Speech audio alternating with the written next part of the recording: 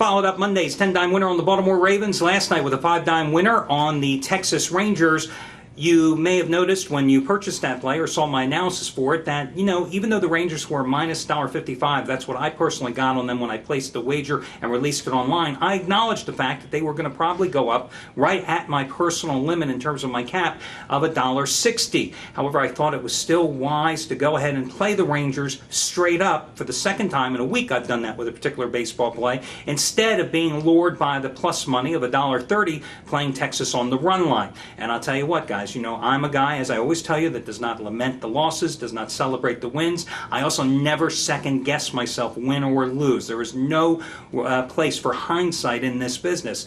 And last night, when the Rangers found themselves down 4-1 going into the bottom of the third inning, all the more I was happy that I went ahead and played them straight up. Now, did they explode for 3 runs in that inning, 3 runs a couple innings later, 4 more runs later? It turned out to be a blowout. But you know what? I am very happy and very content to walk away with the 5-dime winner at even money, since the favorite won, as opposed to picking up a couple of extra shekels at $1.30 on a run line price.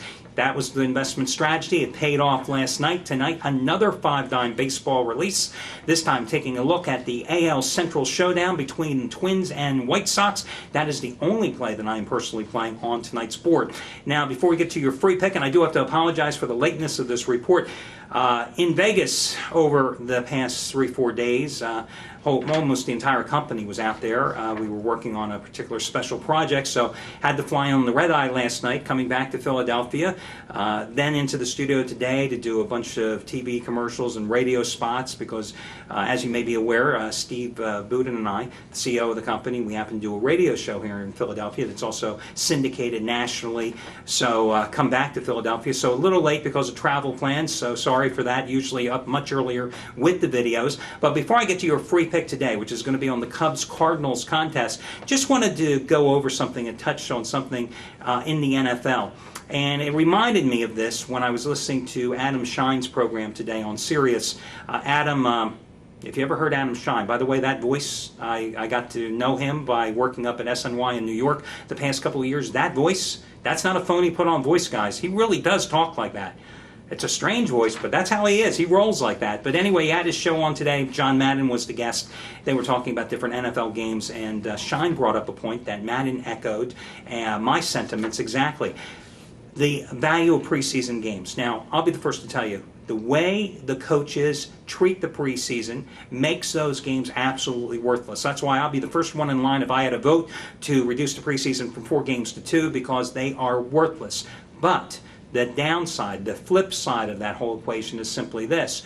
How many teams do you see come out at the start of the season that simply aren't primed to go offensively? And why is that? Because all of these coaches adhere to the same ridiculous policy. First game, your starters play a series or 2. Second game, maybe your starters play 3 or 4 series of the first quarter, maybe into the second quarter. Third game, it's the dress rehearsal. Your starters will play generally the entire first half into the third quarter, if not the entire third quarter. Fourth game, the starters do not play.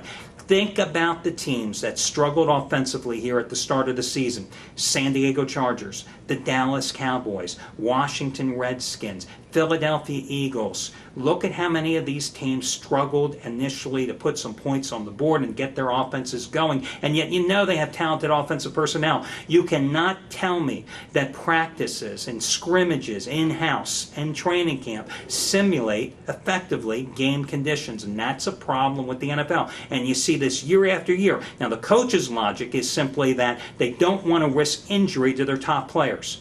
Listen, guys, we're gamblers. Everything is a 50-50 proposition in what we do. And I'm telling you right now, law of probability and statistics simply says that it's the same 50-50 possibility there in terms of these players getting hurt in preseason games. I mean, there's no rhyme or reason. Look at how many guys got hurt, seriously hurt, in Week 1 action. Kevin Cobb out with a concussion. Stafford of Detroit, Matt Stafford out with the shoulder injury. Ryan Grant of the Packers out with a foot injury for the season. The Eagles also lost an offensive lineman for the year. Their starting fullback for the year. Could have easily happened in week number 3, could have happened in week number 2. So the players, the coaches decide to save those players because they're going to risk injury, where they suffer or they have the chance of suffering the same injury, the exact same odds, any one of the 16 weeks during the regular season. It just doesn't make sense for teams to start off the season coming out of the gates slowly, because inevitably you will see these coaches and these players come November, come December, saying, as they're trying to make their playoff push or improve their playoff positioning, say, well, we got out of the gates slowly, or a 2-2 September or a 1-3 September really shot ourselves in the foot. It just doesn't make sense. Now, as your free pick tonight, I've got to take the Chicago Cubs as the $1.60 dog at St. Louis. And why not? I mean, the Cardinals have totally fallen apart. This is a team that has managed to lose in 20 of its last 29 games. Lost the opener in the series 5-1 on Monday, 7-2 losers last night. Carlos Zambrano, head case he may be, but since he's come back from his anger management course, 5-0 with a 1.60 earned run average in 7 starts. I think there's a lot of pitchers that should go take anger management therapy if they can pitch that effectively afterwards. 0.95 earned run average, 0.95 in winning his last 4 starts. 6-1 with a 1.27 earned run average in his last 11 starts in St. Louis. 2-0 with a 3.57 ERA in his last 3 starts against the Cardinals. Chris Carpenter got rocked in his last outing against Atlanta. I know, I had him that night last Friday giving up 8 runs, 6 of them earned, and 8 hits in just 5 innings, and an 8-6 loss at Turner Field. Look at Carpenter's split here. First 25 games this season, first 25 starts, I should say, 13-3 with a 2.89 earned run average. His last 6 starts, a more pedestrian 2-3 record and an earned run average bordering on 4 at 3.96. Now, I know that Carpenter has a 1.00 earned run average in his last 6 home starts dating back to 2005 against the Cubs, and I also acknowledge the fact that Chicago isn't very good. But Zambrano is pitching much better right now. The Cardinals just aren't hitting the ball. Geez, does that have anything to do with the fact that Mark McGwire happens to be their hitting coach? Just a thought. And I'm going to take the Cubs at plus money as your free pick tonight. Last night, the free pick winner was on the Houston Astros. Let's see if we can make it 2 in a row. Catch you later, guys, on Thursday with your early action, because we've got college football once more.